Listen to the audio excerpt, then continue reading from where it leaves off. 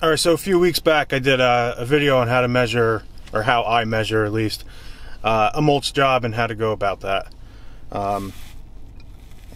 So part of that little series, like I said, I give them an invoice or an estimate, and I usually email that to them, which 90% of the time I do. But to streamline everything a little bit more this year, and to be able to give them, you know, you're always running those customers, especially snow plowing, you know, yeah, send me an invoice and I'll get a check out to you. So I'm going to be able to give them an invoice right then and there. So let me turn around and I'll show you what we had made up. So these are the forms I had made up. My fiance made them. She works for a printer and copier shop. And before you ask, she's not going to make them for you. She's not going to send you the PDF for it. They more or less sell and lease big copiers and printers, but she has the access and the ability to make these. You can get these made at Staples and you know, a bunch of other places, but figure I'll show you what we are using. So as always, has your logo up top. This one is the estimate form.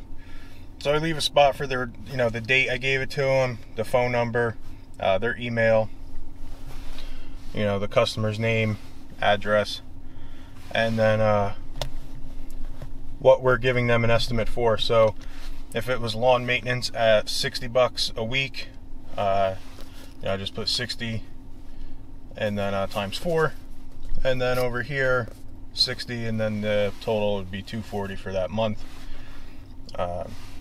If they wanted mulching too, I'd do that.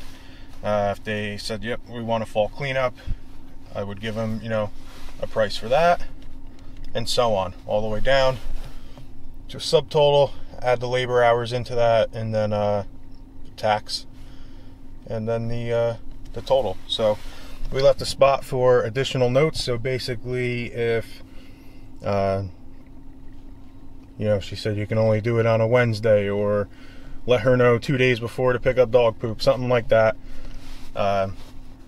it'll leave a spot in there.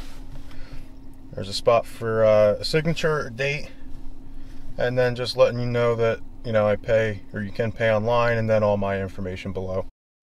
So the only one difference on this one is, with this being the invoice one, it says sold to, versus the other one says prepared for, because that would be the estimate one. And then all that's the same. And I added a line for invoice due date. You know, if they're not home, or it's a customer you have other arrangements made. Most of the time I try to get paid as soon as the job is done. Except for mowing, I bill that out every 3 cuts with a 10-day grace period or pay period. So after I fill that out, they're glued together up top. Customer gets the yellow copy, which is why it says customer copy. I keep the original. So with that being said, them keeping the yellow copy, I keep the original. What I do with them is, once I get back home, I basically make up an invoice in QuickBooks that matches that invoice.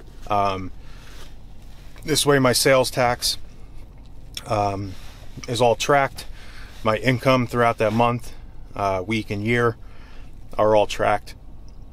It just skips out another step and doesn't delay it any more time than it has to. Then finishing the job, going home that night, sitting down doing the invoices, mail. That's what I use. You know, for the mowing, all that stuff, I still use QuickBooks. That's basically in a pinch, or if a neighbor comes over and says, you know, how much is it going to be to cut my yard every week? I want mulch done and I want pruning done. You know, you're scribbling down on a pad. You get home, they call you a month later that they decide you want you to do it. You don't remember the price you gave them.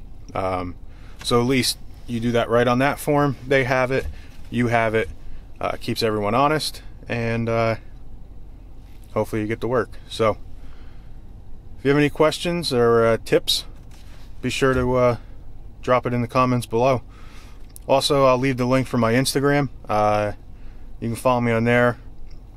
I'm gonna try to do a lot more of like the Instagram stories throughout the day.